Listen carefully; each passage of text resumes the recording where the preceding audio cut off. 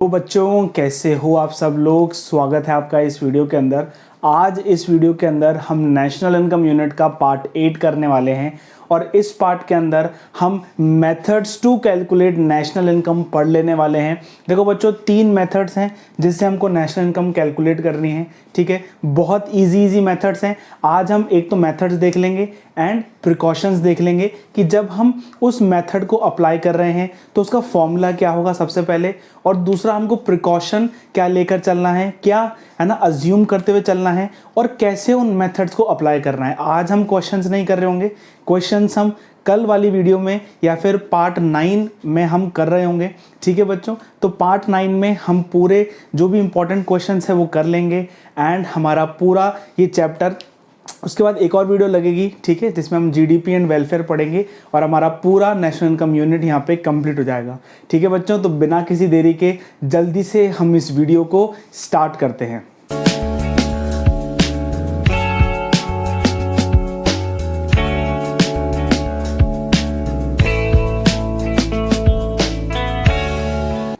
तो बच्चों, सबसे पहले हमको पता होना चाहिए कि नेशनल इनकम को कैलकुलेट करने के कितने तरीके होते हैं।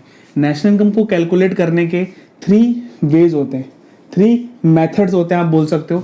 सबसे पहला मेथड जिसको आप बोल सकते हो प्रोडक्शन मेथड है ना। सेकंड मेथड है income method and third method है एक्सपेंडिचर मेथड।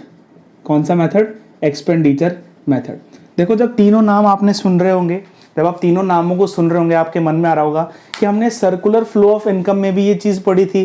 ठीक है, जिसके अंदर हमने एक साइकिल पढ़ी थी कि पहले प्रोडक्शन होता है, फिर उसके बाद इनकम जनरेट होती है और इनकम के बाद जिसको इनकम मिलती है वो इनकम को एक्सपेंडिचर करता है। ठीक है, इनकम को यूटिलाइज करता है, उसको यूज करता है। ठीक है बच्चों, तो ये वही कॉन्सेप्ट है। ठीक है, हम पढ़ेंगे कि प्रोडक्शन मेथड में क्या होता है, इनकम मेथड में क्या होता है एंड एक्सपेंडिचर मेथड में होता क्या है। ठीक है बच्चों, एक बात याद रखना कि जब हम प्रोडक्शन मेथड से, है ना, प्रोडक्शन मेथड या फिर प्रोडक्ट मेथड से या फिर वैल्यू एडेड मेथड से जब भी हम नेशनल इनकम को निकाल रहे होंगे तो जो हमारे पास आंसर आएगा वो आएगा जीडीपी एट एमपी। ठीक है बच्चों, ये एग्रीगेट है नेशनल इनकम का, जो हमने इससे पहले वाले पार्ट में पूरी तरीके से कवर कर लिया था, और जो यहाँ पे आएगा वही यहाँ पे आएगा, जो है जीडीपी एट एमपी।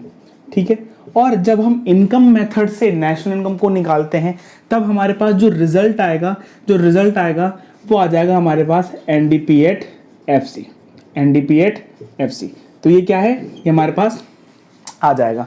ठीक है बच्चों, अब हम देख लेते हैं एक एक करके, हम हर मेथड को देख लेते हैं। सबसे पहले प्रोडक्शन मेथड या प्रोडक्ट मेथड या वैल्यू एडेड मेथड, इसको है ना, ये हम क्यों यूज करते हैं। सबसे पहले देखो बच्चों क्या होता है, देखो, या तो जो भी आप फाइनल गुड प्रोड्यूस कर रहे हो, जो भी आपका फाइनल गुड्स है ना, फाइनल गुड्स एंड सर्विसेज हैं जो आप प्रोड्यूस कर रहे हो, आप क्या कर लो, उनको ऐड कर लो, ऐड कर लो, तो आपका क्या हो जाएगा, नेशनल इनकम निकल के आ जाएगी। कैसे निकल के आ जाएगी, मुझे बताओ। एक फैक्ट्री के अंदर, ठीक है, लेबर्स आके ना प्रोडक्शन कर रहे हैं एंड वो गुड्स एंड सर्विसेज को प्रोड्यूस कर रहे हैं, तो हम क्या कर लेंगे, या तो आप लेबर की इनकम को कैलकुलेट कर लो। ठीक है, जो लेबर बाद बना इनकम को लेकर जो एक्सपेंडिचर करेगा उसको कैलकुलेट कर लो, या फिर जो लेबर गुड्स एंड सर्विसेज को प्रोड्यूस करेगा आप उसको कैलकुलेट कर लो, उसको ऐड कर लो, तो जिससे क्या आ जाएगा, हमारा जीडीपी एट एमपी आ जाएगा। और जीडीपी एंड एमपी से हमको एनडीपी एट एफसी कैसे लेकर आना है वो हमने पार्ट 7 में पढ़ लिया है, जहां पे हमने बेसिक कन्वर्जन के रूल्स एंड बेसिक कन्वर्जन के फॉर्मूलेस पढ़ लिए हैं। तो जल्दी से हम देख लेते हैं कि प्रोडक्शन मेथड का क्या फॉर्मूला होता है। हम कभी कभार इसको बोल देते हैं gross value added at MP. उसका फॉर्मूला क्या होता है, वैल्यू ऑफ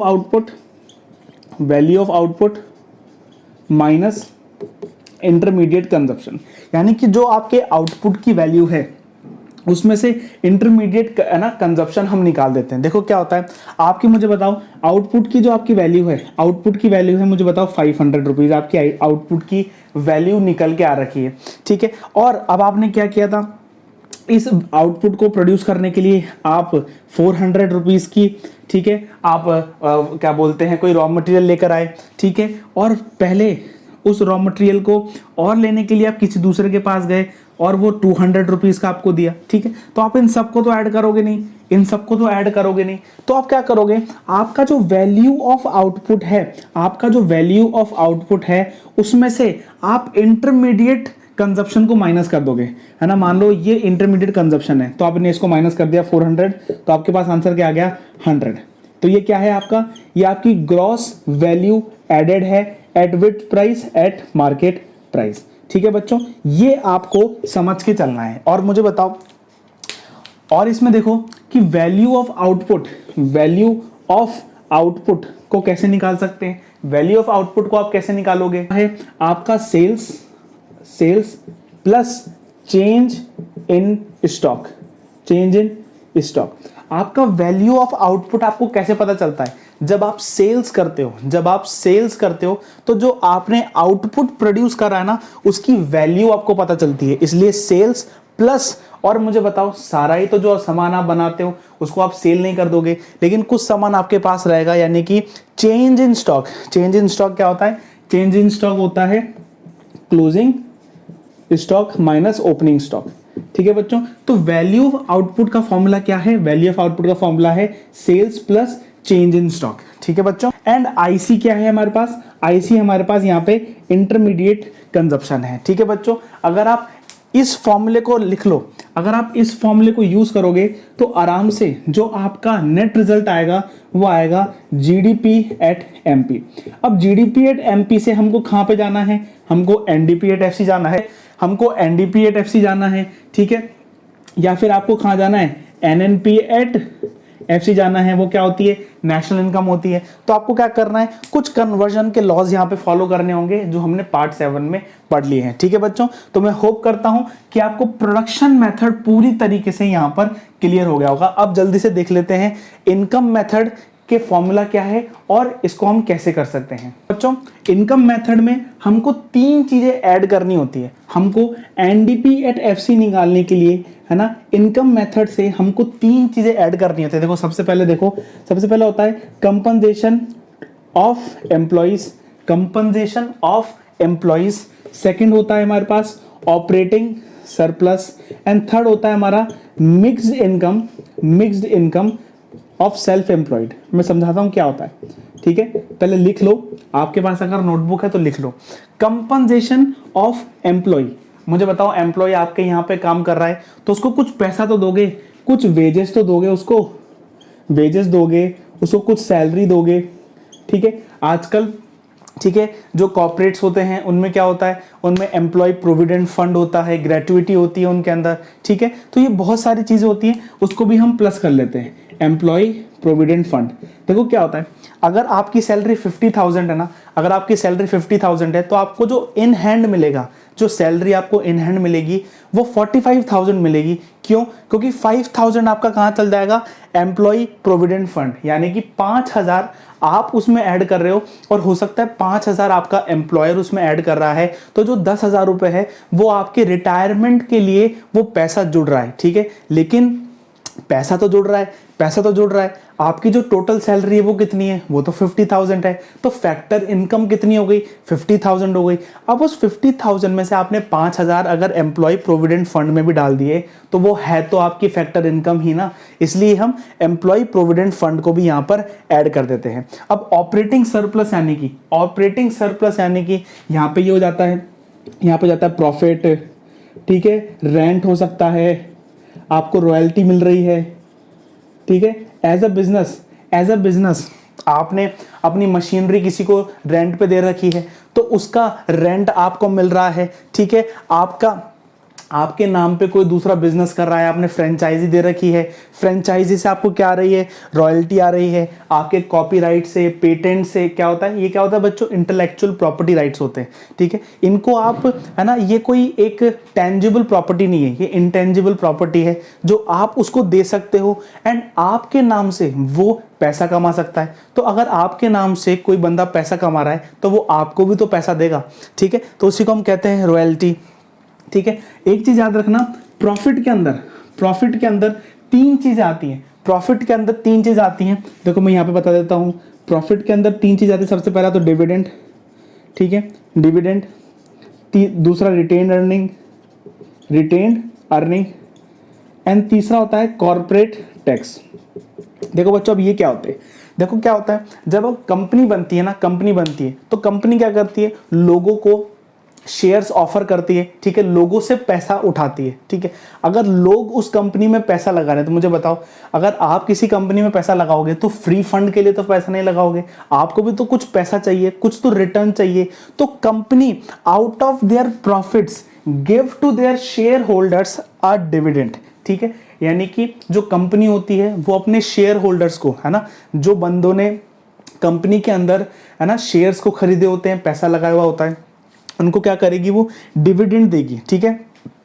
हालांकि जो हमारा बिजनेस स्टडी का चैप्टर है, ठीक है ना, पार्ट बी की बुक में से है, उसके अंदर हम डिविडेंड, रिटेन्ड अर्निंग, ठीक है, इसके बारे में पढ़ेंगे, लेकिन एक ऊपर से आपको इसकी नॉलेज होनी चाहिए, ठीक है बच्चों। रिटेन्ड अर्निंग क्या होता है, मुझे बताओ, आपने प्रॉफिट कमाया 100 रुपए, ठीक है, 20 रुपए आपने उनको दे दिया, है ना, उन लोगों को दे दिया जो आपके, है ना, कंपनी में जिन्होंने पैसा लगाया, लेकिन जो बचा 80 रुपए वो आप अपने पास ही तो रखोगे, ठीक है। क्यों? क्योंकि आपको अपने बिजनेस में इन्वेस्ट करना है, आपको अपने बिजनेस को ग्रो करना है और ब्रांचेस खोलनी है और प्रोडक्ट्स ऐड कर रहे हैं, तो उसके लिए क्या होगा, उसके लिए आपको रिटेन्ड अर्निंग काम आएगी। मुझे बताओ, आपको जब पॉकेट मनी मिलती है, मुझे बताओ, अगर आपको, है ना, 1000 रुपए पॉकेट मनी मिलती है तो सब कुछ तो आप वेस्ट नहीं कर देते हो, सब कुछ तो आप एक्सपेंडिचर नहीं करते हो, कुछ आप सेव करके रखते हो, खुद कुछ आप रिटेन करके रखते हो, है ना, जिससे कभी भी कोई मुश्किल समय हो तो आपको वो पैसा वहां पे काम आए। देखो क्या होता है बच्चों, कॉर्पोरेट टैक्स, है ना, टैक्स हमेशा हम प्रॉफिट में से देते हैं। आपने नाम सुना होगा एबिटा आपने नाम सुना होगा, ठीक है, यानी कि earning before interest and tax, है ना, इंटरेस्ट एंड टैक्स। सबसे पहले हम हमारे प्रॉफिट में से इंटरेस्ट देते हैं, जो हमने बैंक से इंटरेस्ट ले रखा है, पहले हम इंटरेस्ट देते हैं और उसके बाद हम टैक्स देते हैं। तो प्रॉफिट में से हम टैक्स देते हैं, ठीक है बच्चों, प्रॉफिट में से हम टैक्स देते हैं, इसलिए हम टैक्स को भी यहां पर माइनस करना लेकर चलेंगे, इंक्लूड करते हुए चलेंगे, ठीक है बच्चों। Operating surplus and mixed income of self employed. मुझे बताओ बच्चों, आप ओनर हो, है ना, आप किसी कंपनी के ओनर हो, आप वहां पे काम करते हो, ठीक है, आप वहां पे क्या करते हो, कभी कभार ऑफिस का काम भी कर लेते हो, कभी कभार प्रोडक्शन में भी काम कर लेते हो, कभी कभार आप, है ना, मार्केटिंग का भी काम कर लेते हो, एंड जो प्रॉफिट है वो भी आप ले रहे हो। तो मुझे बताओ, आपकी सैलरी कितनी हुई, आपकी सैलरी कितनी हुई, डिफाइंड ही नहीं है। क्यों? क्योंकि आप कभी वहां पे काम कर रहे हो, कभी यहां पे काम कर रहे हो, ठीक है, आपकी वेजेस डिफाइंड ही नहीं है, ठीक है, आपका प्रॉफिट कोई डिफाइंड ही नहीं है, ठीक है। तो हम इसको बोल देते हैं ये मिक्स्ड इनकम है, ये मिक्स्ड इनकम है, ठीक है, क्योंकि ये जो इनकम है वो किसकी है, सेल्फ एम्प्लॉयड की, यानी कि जो बिजनेस चला रहा है उसकी इनकम है। तो उसकी इनकम क्या है, मिक्स्ड इनकम है। देखो, इसके बारे में आपको सोचना नहीं है, आपको क्वेश्चन में पका पकाया मिल जाएगा, सिर्फ आपको ऐड करना है। देखो क्या करना है, आपको इन तीनों को ऐड कर देना है और आपका आंसर आ जाएगा एनडीपी एट एफसी। अब एनडीपी एट एफसी से आपको कहां जाना है, एनएनपी एट एफसी जाना है नेशनल इनकम निकालने के लिए।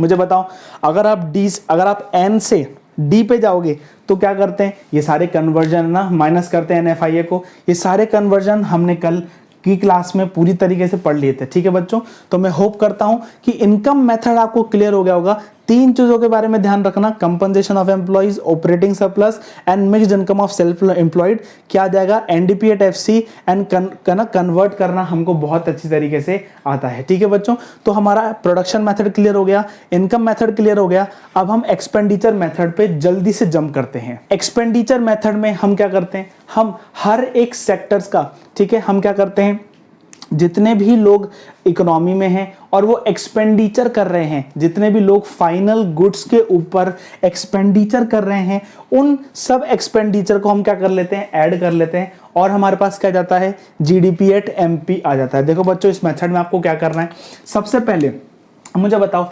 एक्सपेंडिचर कौन करेगा, है ना, खर्च कौन करेगा, खर्च वही तो करेगा जिसकी इनकम हुई है। अब इनकम किसकी होती है, इनकम होती है हाउस होल्ड की एंड इनकम होती है बिजनेसेस की, ठीक है। एंड हम जब टैक्स देते हैं तो किसकी इनकम होती है, तो इनकम होती है गवर्नमेंट की, ठीक है। और जब एक्सपोर्ट इंपोर्ट होते हैं तो जो नेट एक्सपोर्ट इंपोर्ट होता है ना, वो भी हमारा क्या है, हमारे लिए क्या है, एक्सपोर्ट इनकम है। एक्सपोर्ट इनकम है और इंपोर्ट हमारा क्या है, बाहर जा रहा है। तो क्या है, नेट जो एक्सपोर्ट माइनस इंपोर्ट है वो हमारे लिए क्या है, इसके अंदर आती है, ठीक है, नेट एक्सपोर्ट्स। नेट एक्सपोर्ट्स यानी कि एक्सपोर्ट्स माइनस इंपोर्ट्स, ठीक है बच्चों। तो हाउस होल्ड जो एक्सपेंडिचर कर रहा है उसको हम ऐड कर लेते हैं। बिजनेस जो एक्सपेंडिचर कर रहा है, बिजनेस एक्सपेंडिचर कैसे करता है, बिजनेस इन्वेस्ट करता है, ठीक है, बिजनेस इन्वेस्ट करता है। गवर्नमेंट क्या करती है, गवर्नमेंट क्या करती है, गवर्नमेंट भी एक्सपेंडिचर करती है, ठीक है, गवर्नमेंट भी कंज्यूम करती है चीजों को, ठीक है, एक्सपेंडिचर करती है, गवर्नमेंट इन्वेस्ट करती है, ठीक है बच्चों। एंड नेट एक्सपोर्ट्स, ठीक है बच्चों। तो जब इन चारों चीजों को हम प्लस कर लेते हैं तो क्या आ जाता है जीडीपी एट एमपी। देखो बच्चों, एक चीज मैं आपको बताता हूं, ठीक है, कि private final consumption expenditure, private final consumption expenditure, government final consumption expenditure, ठीक है, and gross domestic capital formation, gross domestic capital formation. बच्चों याद रखना, आपको याद होगा जब हमने डेप्रिसिएशन एंड इन्वेस्टमेंट वाली वीडियो देखी थी, हमने देखा था कि कभी भी हम इन्वेस्टमेंट करते हैं ना तो उसको हम डिनोट करते हैं कैपिटल फॉर्मेशन से, कैपिटल फॉर्मेशन से। यहां पे क्या बता रहा है, ग्रॉस डोमेस्टिक कैपिटल फॉर्मेशन, ये वर्ड है जेनरिक। अब मुझे बताओ, अगर क्वेश्चन के अंदर आपको यहां पे दे दे gross domestic fixed capital formation, तो हम क्या करेंगे, कुछ नहीं करना है। अगर फिक्स्ड वर्ड आ जाए तो हमको प्लस कर देना है चेंज इन स्टॉक, प्लस कर देना है चेंज इन स्टॉक, ठीक है बच्चों। अगर gross domestic fixed capital formation लिखा हुआ आ जाए ना तो हमको उसी के अंदर हमको चेंज इन स्टॉक ऐड कर देना है, ठीक है। अगर यहां पर नेट लिखा हुआ आ जाए, यहां पे net domestic fixed capital formation लिखा हुआ आ जाए तो हमको चेंज इन स्टॉक को ऐड करना ही है। हमको क्या करना है, हमको डेप्रिसिएशन भी ऐड करना है, क्या निकालने के लिए, ग्रॉस डोमेस्टिक कैपिटल फॉर्मेशन। बच्चों याद रखना, ये ही ऐड होता है, यही ऐड होता है। इसलिए अगर ये नहीं दे रखा और इसके बदले net domestic fixed capital formation या फिर gross domestic fixed capital formation दे रखा है तो हमको ये दो एडजस्टमेंट करने होते हैं, अगर फिक्स्ड कैपिटल फॉर्मेशन लिखा है तो प्लस चेंज इन स्टॉक कर देंगे, एंड अगर net domestic fixed capital formation लिखा है तो प्लस डेप्रिसिएशन भी उसमें हम ऐड कर देंगे, ठीक है बच्चों। तो मैं होप करता हूं कि ये तीनों आपको समझ में आ गए होंगे। बच्चों क्या होता है, जब हम तीनों मेथड्स को यूज कर रहे होते हैं ना, तो हमको क्या करना होता है, कुछ प्रिकॉशंस लेनी होती है। क्या होता है, कभी कभार क्वेश्चन में आपको बता देगा कि ये ट्रांसफर इनकम है, ठीक है। ट्रांसफर इनकम कौन सी इनकम होती है, जो कि गिफ्ट की इनकम होती है, ठीक है। उसके लिए आपने कोई भी फैक्टर सर्विसेज नहीं दी है ना, जिससे आपको इनकम हो, ठीक है। तो ट्रांसफर इनकम को हम इंक्लूड नहीं करते हैं, ठीक है। कभी हम शेयर्स को, डिबेंचर्स को बेच रहे हैं तो उसको भी हम है ना इंक्लूड नहीं करते हैं। हालांकि कमीशंस को इंक्लूड करते, क्यों शेयर्स एंड डिबेंचर्स को क्यों नहीं करते, आप आने वाले चैप्टर्स में पढ़ोगे कि शेयर्स एंड जो डिबेंचर्स होते हैं वो क्या होता है, सेकेंडरी मार्केट में रोटेट करते हैं, ठीक है। कोई बेच लिया वापस खरीद लिया, कोई बेच लिया वापस खरीद लिया, ठीक है। तो वो रीसेल होता है ना, resale value, resale of goods को हम इसमें इंक्लूड नहीं करते हैं, ठीक है, क्योंकि पहले से ही उसकी एक सेल हो गई है एंड वापस अगर वो रीसेल होता जाएगा तो वो कोई भी वैल्यू एडिशन नहीं कर रहा है, ठीक है, वो सिर्फ घूम रहा है इकोनॉमी में, ठीक है। लेकिन हाँ, अगर कमीशन उस पर चार्ज किया जा रहा है तो कमीशन वहां पे इंक्लूड होगा, ठीक है। जैसे कि कभी कभार क्या होता है, हमने खुद ही की सर्विस खुद ले ली, खुद ही की सर्विस, जो हम सर्विस प्रोड्यूस कर रहे हैं वो सर्विस हमने खुद नहीं ले ली, तो क्या है, वो सर्विस भी इंक्लूड नहीं होगी। जैसे क्या होता है, मम्मी घर पे खाना बनाती है, ठीक है, तो वो सर्विसेज नेशनल इनकम में कैलकुलेट नहीं होती। लेकिन अगर आपने गुड्स एंड सर्विसेज बनाई है, गुड्स बनाया है एंड गुड्स आपने सेल्फ कंज्यूम कर लिया है, तो वो उस गुड की वैल्यू नेशनल इनकम में कैलकुलेट होगी, ठीक है बच्चों। ये चीज आपको याद रखनी है।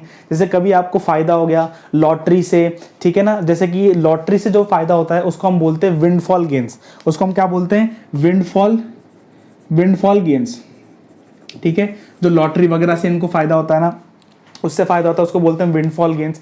तो वो चीज भी इंक्लूड नहीं होती है, ठीक है। कोई चोरी कर लिया, चोरी करके सामान को ना ले आया, तो वो चीज नेशनल इनकम में कैलकुलेट नहीं होगी, ठीक है बच्चों। ये आपको याद रखना है। चीज याद रखना बच्चों कि कभी भी इनकम टैक्स आपको प्लस नहीं करना है। इनकम मेथड में हमने कॉर्पोरेट टैक्स हमने यहाँ पे प्लस किया था, लेकिन अगर क्वेश्चन में आपको कभी भी इनकम टैक्स दे दे तो इनकम टैक्स को इंक्लूड नहीं करना है। याद रखना बच्चों कि वो हर एक टैक्स जो डायरेक्ट टैक्स है उसको हम इंक्लूड नहीं करते हैं, हम हमेशा इनडायरेक्ट टैक्स को ही इंक्लूड करते हुए चलते हैं, ठीक है बच्चों।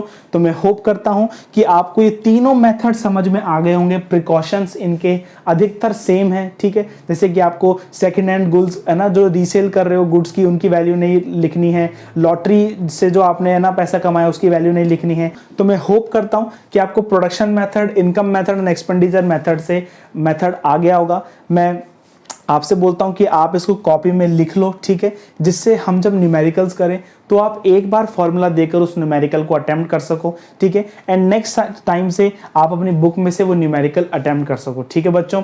तो मैं होप करता हूं कि आपको तीनों मेथड समझ में आ गया होगा। मिलते हैं हम नेक्स्ट वीडियो के अंदर, जिसके अंदर हम क्वेश्चंस को कर रहे होंगे। Till then goodbye, take care, thank you बच्चों।